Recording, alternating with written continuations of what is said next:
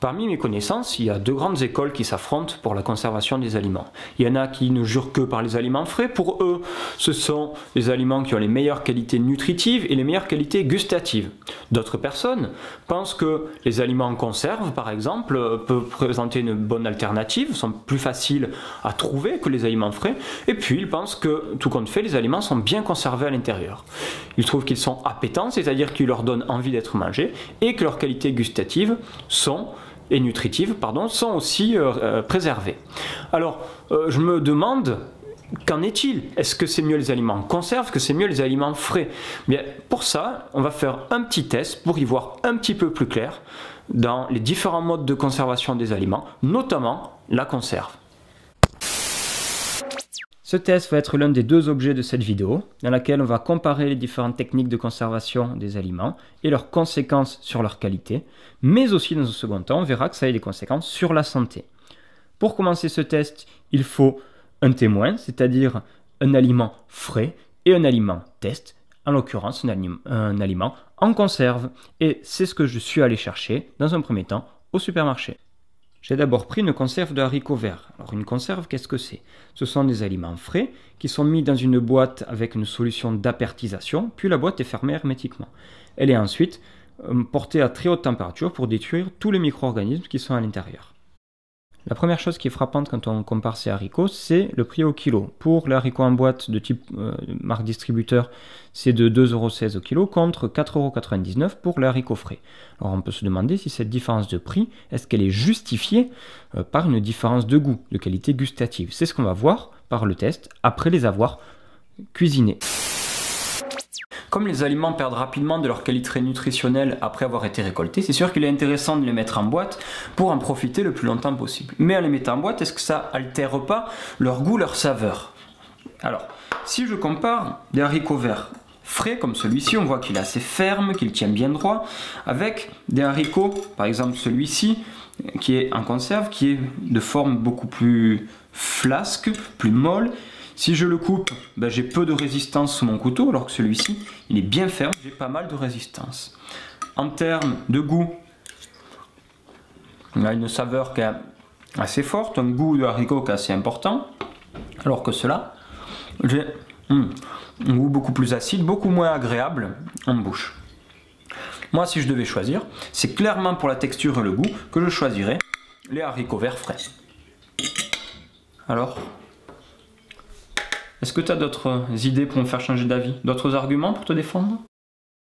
Tout est plus facile avec cette box. Pas d'abonnement, pas de branchement, pas de hotline. C'est la Miam Box. Chez vous, des centaines de menus, accessibles 24 heures sur 24 et en plus, vous restez connecté avec les saveurs du monde entier. La conserve, plaisir illimité. Ah, la Miam Box. À les entendre, on a l'impression qu'il y a dans la boîte de conserve uniquement des aliments frais avec toutes les qualités gustatives qui sont conservées, tout comme les qualités nutritionnelles. Eh bien, ce n'est pas exactement le cas. Si on compare une boîte de haricots verts en conserve avec des haricots verts frais ou surgelés, on voit qu'il y a certains éléments qui sont très bien conservés, les glucides par exemple, les lipides, certaines vitamines, la vitamine B6 notamment.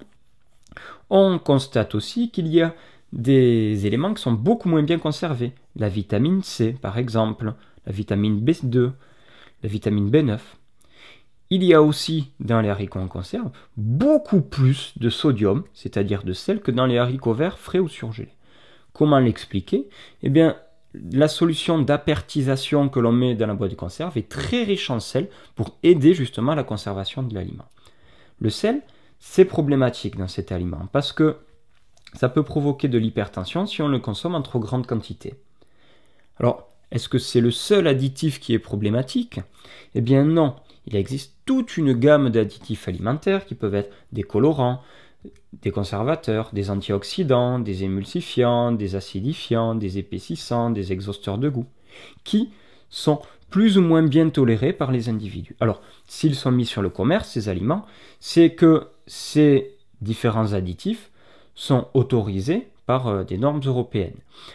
Ils portent des normes un petit peu barbares, E210, E213 par exemple pour l'acide benzoïque, mais chez certains d'entre nous, à certaines doses, ils peuvent provoquer des intolérances, comme par exemple des allergies.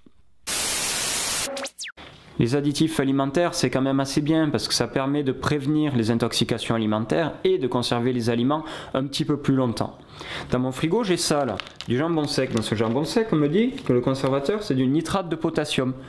Le nitrate de potassium, il faut faire attention avec ça. Il ne faut pas manger de trop grande quantité. À grande dose, ça peut poser des problèmes de méthémoglobinie, un petit peu comme les nitrites. Et notamment chez les enfants qui n'ont pas les enzymes qui permettent d'enlever cette méthémoglobine de l'organisme. Du coup, il faut faire attention quand même en choisissant ces aliments parce que en fonction des différentes quantités que l'on consomme de ces différents additifs, ça peut poser des problèmes de santé.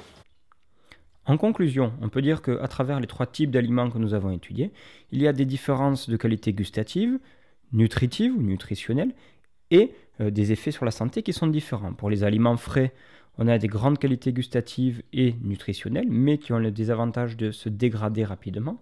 Les aliments conserves industriels ont l'avantage d'avoir une longue conservation, mais au détriment des qualités gustatives et nutritives. Et elles ont aussi en conséquence une grosse concentration en sel qui peut avoir des risques sur la santé. Et enfin, les aliments qui contiennent des additifs alimentaires ont d'assez bonnes qualités gustatives et nutritives, permettent une conservation de l'aliment plus longue que l'aliment frais, mais peuvent dans certains cas provoquer des allergies ou des maladies à haute dose. Bien évidemment, tous les additifs qu'il y a dans les aliments contenant ces additifs ont été validés par la communauté européenne, mais la connaissance des effets de ces produits évolue au cours du temps. C'est pour ça que de temps en temps, certains produits deviennent interdits alors qu'ils étaient autorisés auparavant.